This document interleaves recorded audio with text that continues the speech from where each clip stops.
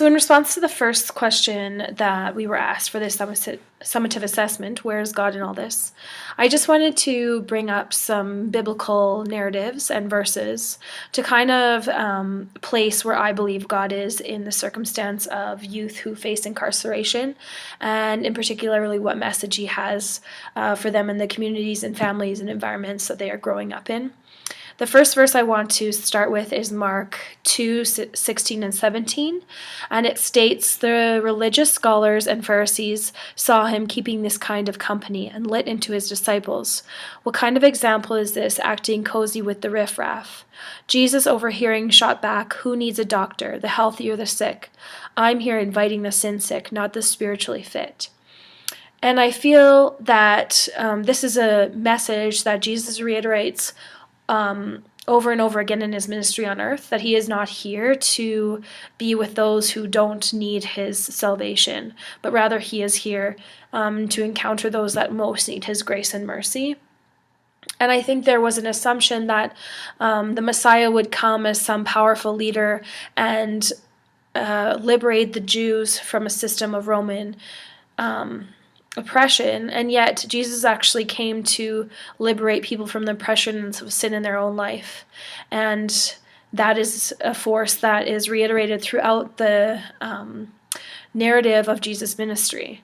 The second verse I kind of wanted to highlight is in Luke, when Jesus actually starts his ministry by going back to Nazareth. And this is Luke 4:16-21 in the Message version. It states, "He comes to Nazareth, where he had been reared. As he always did on the Sabbath, he went to the meeting place. When he stood up to read, he was handed the scroll of the prophet Isaiah. Unrolling the scroll, he found the place where it was written, 'God's Spirit is upon me. He's chosen me to preach the message of the good news to the poor. Sent me to announce pardon to the prisoner and recovery of sight to the blind, to set the burdened and the battered free, to announce this is God's year to act.'" There are several things in this verse that I think specifically speak to where God is in all of this, particularly around the issue of incarceration in youth. First of all, that God's good news is present with the poor. And if we look statistically, oftentimes youth that are incarcerated are disproportionately from at-risk backgrounds and environments that feed on the ideas of survival and need to get involved in criminal activity in order to survive. And so I think that that section of the verse, "He's with the poor," really speaks to the fact that God's ministry is with those who need him and is with those who are disadvantaged in society. And secondly, the burdened and the battered free. And just from studies that I've done in this program and my own work in schools around trauma, I think that often youth that are involved in these circumstances have experienced a disproportionate amount of trauma in their life for whatever reason. And for me, I see those lines as burdened and battered directly associated. And Jesus is the Lord and healer. And so I think that when it says, "Where is God in all this?" I think God is in the center of brokenness. And sometimes when we are facing brokenness, we don't realize it because we have built up structures and churches that have assumed the position of moral hierarchy and putting ourselves on a pedestal for living up to a certain religious standard. And I think sometimes we forget the overarching message of Jesus, who himself said he came to pardon the prisoner. And then speaking back to the idea of people who are disproportionately affected by poverty or injustice, even in the Canadian system, where even though Aboriginal youth only encompass 7% of our total youth population, they actually hold the statistic for being 33% of the youth that are incarcerated. And so I really think that Jesus, in these lines, speaks directly to that system of injustice and sets his ministry directly in that system of injustice. And then I just wanted to actually draw on the story of Zacchaeus, and I'll come back to this in terms of theology for working with youth who are incarcerated.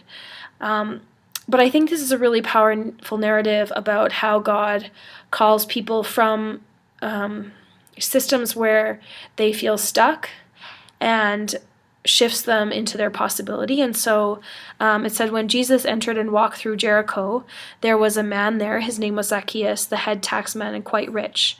He wanted desperately to see Jesus, but the crowd was in his way. He was a short man and couldn't see over the crowd. So he ran on ahead and climbed up into a sycamore tree so he could see Jesus when he came by. When Jesus got to the tree, he looked up and said to Zacchaeus, "Hurry down.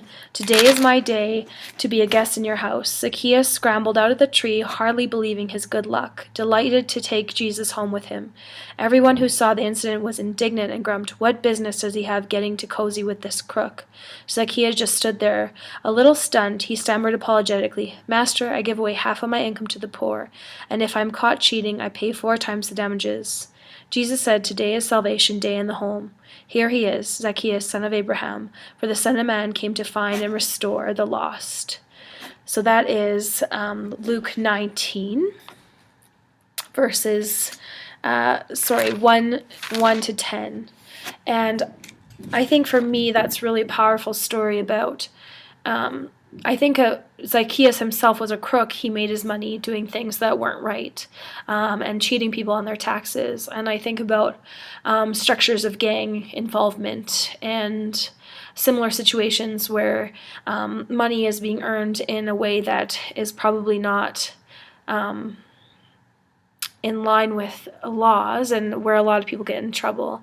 And yet Jesus still went to a home of somebody that he knew was a crook, and he still offered salvation. And so I think when we're talking about where is Jesus in terms of the story, I think Jesus is in the center of it, and I think God is in the center of the brokenness.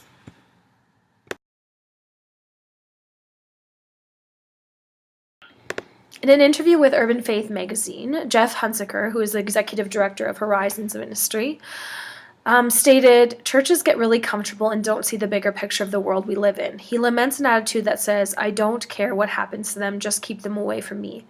One that only sees the incarcerated those deserving of punishment." But Hunsaker notes that 90% come back to the community. What kind of person do you want them to be when they return? And I feel like what I mentioned in the last segment about Zacchaeus is he was a problem in the larger community, and people saw him in a parasitic way. And yet Jesus offers him a way forward that doesn't involve him continuing in a path of destruction, and allows him to return as something other than a marginalized human being. What I notice in Hunsaker's statement also is that a lot of times he's speaking about people who left their communities, and I think a lot of times the holes that were in their communities often contributed to the crimes that they may have committed.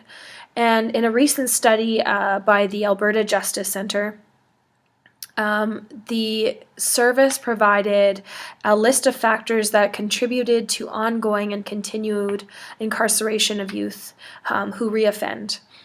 And a number of factors, and I think this would probably be true about all demographics, but this was specifically the area I live in. So the factors they noted was demographics, personal traits, behavior and dealing with mental health issues, a history of family breakdown, involvement in the welfare system, criminality in the family, violence, experiences with neglect or abuse, weak parenting or a lack of supervision, youth that were gang affiliated. All these youth had one or more of these factors in their life. So either they were described as truants from school, they had issues in school if they were attending, so disciplinary attainment, learning issues, changing schools, or had frequent change of schools. And the study ended saying that youth that had experienced more than one time in the juvenile justice system and had allocated a space for career plans that moved them forward and gave them hope actually had less of a likelihood to reoffend.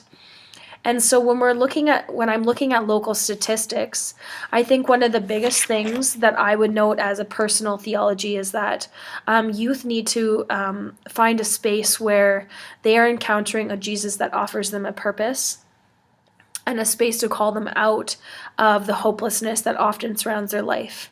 And I think relating back to my statement of Zacchaeus, Zacchaeus was involved in activities that were not right,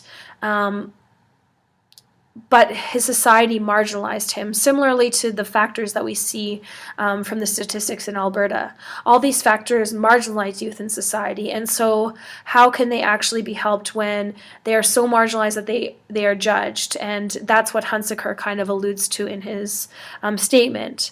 And so I think as a personal theology, one of the big things I believe is the need to intervene in environment and factors that happen prior to a youth's incarceration.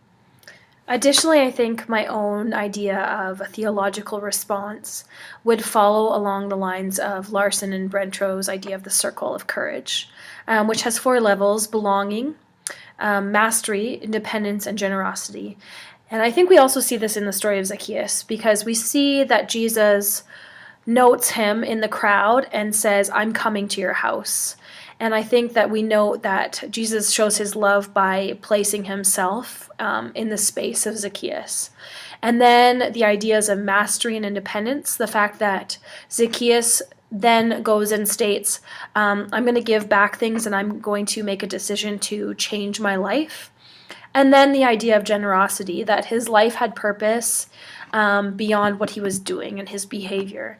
And I think that's really important reality for youth. And I think that's something personally I believe in terms of my own involvement and my own practical theology participation in society. I work in schools, and so I think for me a practical theology looks like intervention before these things happen. And when I'm seeing youth that have disciplinary problems in school or truancy problems in school, I can definitely take steps to show students that they are capable of doing things and they do have power to make decisions in their life. And I think this is also a part of investing in resiliency. And even though I work in the public school system and I can't often use religion, I can attest to the fact that a student or a youth's value is not based on the output or their behaviors at the moment, but rather that their value is so much more than their circumstance. And in the text, Larson and Brentro write, young people are unlikely to acquire real courage apart from experiencing hardship. And I think this is a reality we see over and over again in the biblical text. Even the idea that Peter had to come to his last and worst spot. He had to even deny Jesus, which I don't think is something he would expect to do because he was a follower. And yet, in his brokenness and in his pain and in his running away from his calling, he was birthed in the grace and mercy of Jesus. And I think that's really important for a practical theology of youth, is that youth are not defined by the moments or the mistakes that they've made, but they're actually given practical skills to live on the planet and to have agency to make choice. And I think that's the beautiful part about the gospel, is that we're always enabled to make a choice. It's not forced upon us. And so when we have that agency, we are given the capacity to do something more than we can imagine. A poignant piece of Brentro and Larson's text for me is the idea of rehabilitation. And in the text they write, the highest priority should be intervention to ensure that all children are reared in consistent, safe, and loving environments. They need to feel they belong in many places: home, school, positive peer groups, and neighborhoods. School must help children develop self-discipline so they can act responsibly, even in conflicts. Churches need to offer all children, especially those from troubled backgrounds, an island of peace in a sea of conflict and a reflection of hope in the face of adults who care for them. And I think that for me is really important in terms of a theological response, that we need to surround youth who have experienced incarceration with a community that will challenge them and support them and come around them even after they leave prison. And when we were going through class, Reverend Burke mentioned the need for ongoing supports even after they've left the system. And in my own research I've done in the Calgary and surrounding area, I've looked at a program called YARD, and what they work on is instilling they first of all work on intervention level, so instilling strengths and community assets to youth that are at risk of incarceration, but then they work incredibly in terms of rehabilitation. And for me, rehabilitation and redemption are really closely linked. And so I think that's part of my own theological response to this narrative is the need for redemption in situations. And oftentimes I, in my own classroom, come across kids that have experienced or have had run-ins with the system. And so I think as a practical theological response on my own part, the need to remind these youth that their story doesn't end with the fact that they have experienced incarceration, but that's just a jumping point. That's a moment of adversity that they can use to make better choices in the future and create a sustainable hope for their life. The biggest thing I think I'll take away from this class is probably hope. I think it's very difficult when you're in the trenches day to day with youth that you often see a lot of the negative aspect of the story, but I think even through our process of interviewing with a person who was incarcerated and just looking at the different opportunities and ministries that already exist out there, I just feel very hopeful about the possibility that are on the horizon and the amount of people that are becoming more aware of the issues and realizing how much trauma and environment affects the youth that we deal with every day. And I feel encouraged because even in my own system of work, I'm seeing that those things are being more recognized and those realities are creating opportunities for youth that probably wouldn't have existed a few years ago. And so that is my big takeaway from this class.